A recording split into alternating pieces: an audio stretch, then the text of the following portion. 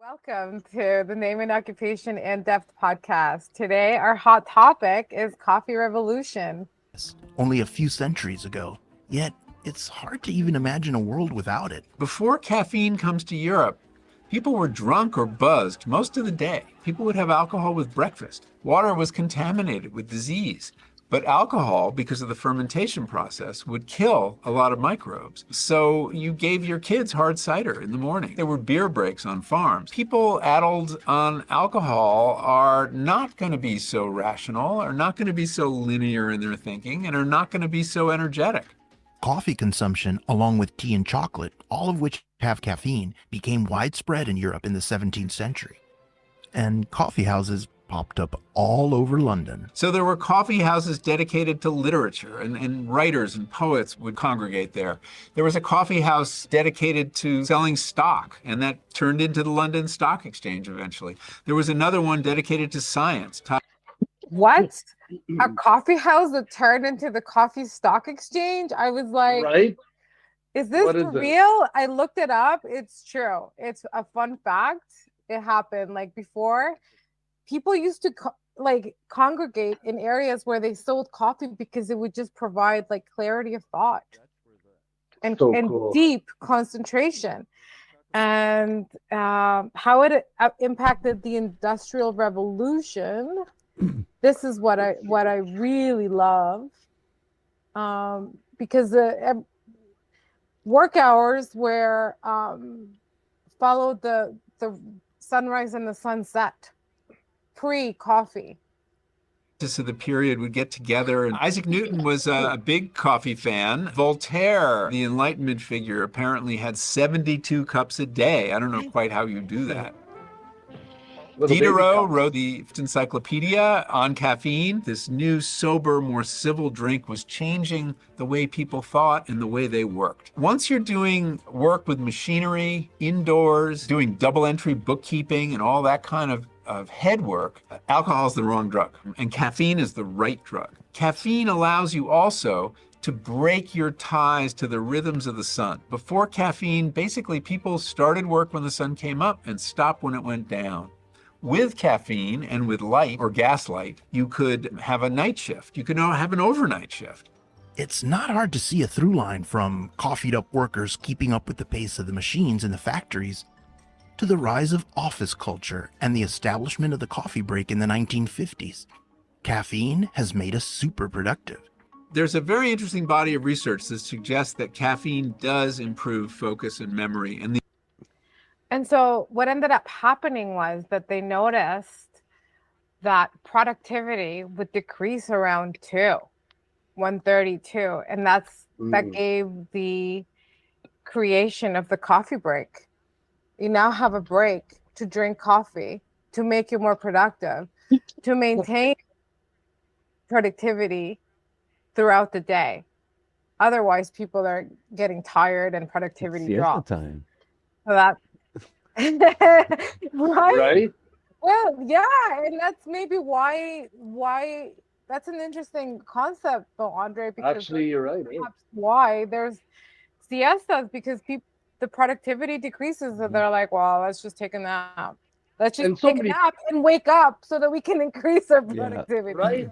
Because so many people get tired at that time of day, right? 2 o'clock, 2:30, whatever. It's true, though.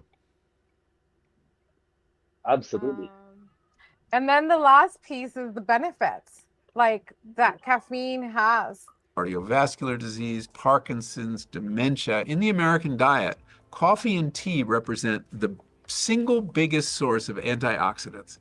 And antioxidants are very important to cellular health and preventing cancer. And we eat so few plants, so few vegetables and fruit in this country that we're getting most of those antioxidants from coffee and tea. Very strong case can be made that caffeine contributed to the Enlightenment and the Age of Reason and the Industrial Revolution, all of which required us to think in much more focused linear terms. Caffeine was an amazing aid to the rise of capitalism. It's just the cost benefit analysis of like, is it the whole idea that we're addicted to caffeine?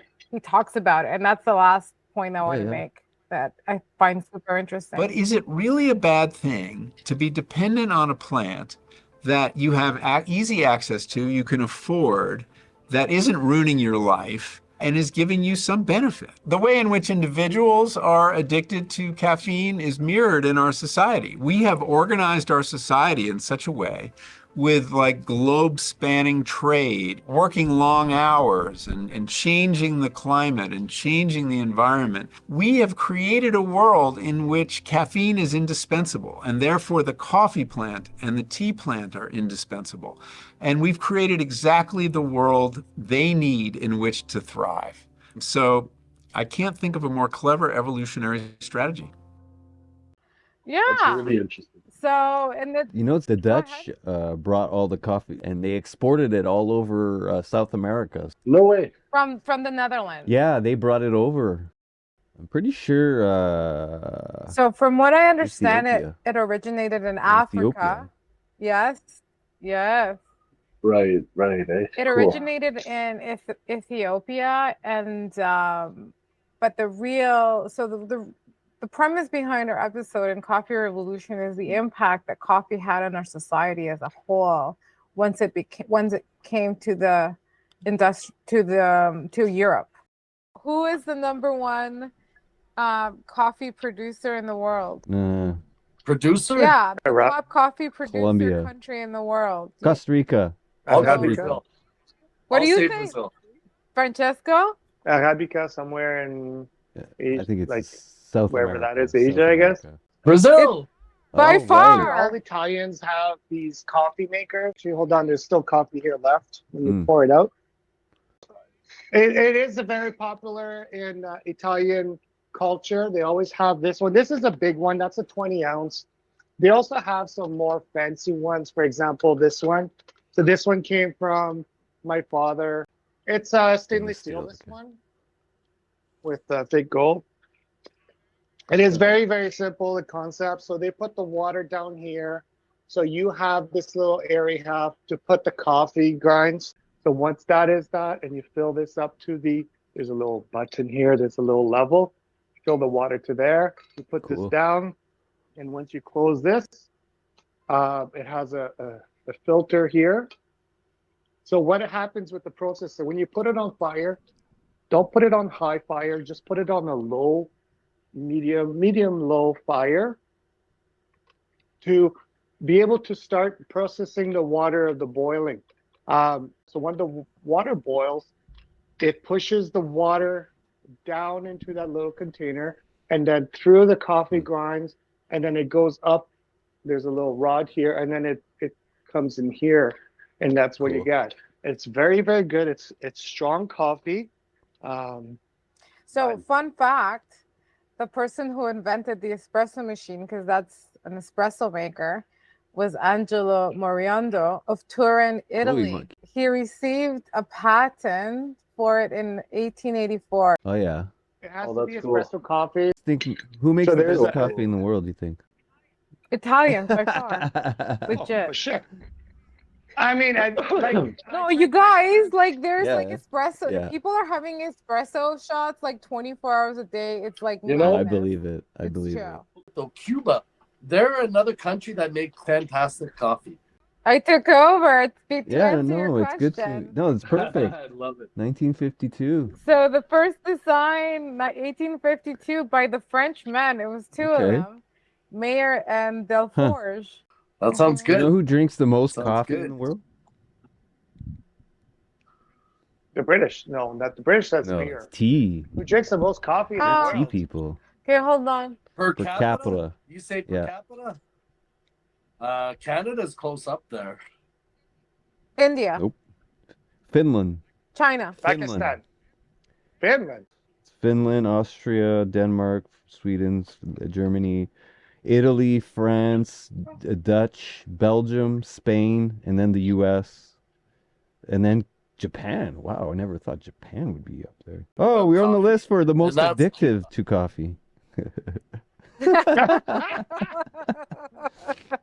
That's funny. All these lists are Let's funny. See, go. here it says the countries most addicted to coffee. The Dutch are number one, then Finland, Sweden, Norway, Canada. you're creating an art. You're creating your taste. You're creating how much acidity, how much sugar you want, how much of the coffee taste, of the cocoa taste into it, because every bean is not made the same and every plant is different, creates a different coffee. It's really cool because my old neighbors, when I lived in South Ottawa, they were from Afghanistan. Let me tell you, that was pretty exquisite coffee as well. bet. Yeah, no, that's cool. There's a heater or fire under the sand, and because the sand can be at a higher temperature instead of just being so it Melts. creates the heat transfer is a lot Wow, higher. look at Yeah, it melts it. that. Mm. See, and my old neighbor, when she got us coffee from Afghanistan, she had those little cups. Oh yeah. I don't know if she made it in sand or whatever, but well, copper pots are usually coated on the inside. Right. Okay. The stainless. Babe, we need to get a sand pit. We need a sand pot. With all the cats that we have here, we might have a coffee for sure. Well, you Oh, know yeah. the best coffee in the world comes from cat shit, right? Yeah, Yeah. Yeah, we should find a. The coffee Yeah, lava. I Well, have then you one. want to come show down. something? When you want me to Yeah, show yeah. it? Called the civet, the animal that Look at that. Eh? consumes the fruit. I think that's a type of cat. Okay. It's a yeah. Yeah. I don't Type know. of feline or whatever they call Feline. felines. Yeah. You're correct, Topher. I don't know much about it though. They're cute. They look like They look weasels. like- They're Or adorable. raccoon weasels. Yeah, they Yeah. look a raccoonish face. I personally am always going to go to bat for coffee. I love it. I think it's delicious and nutritious.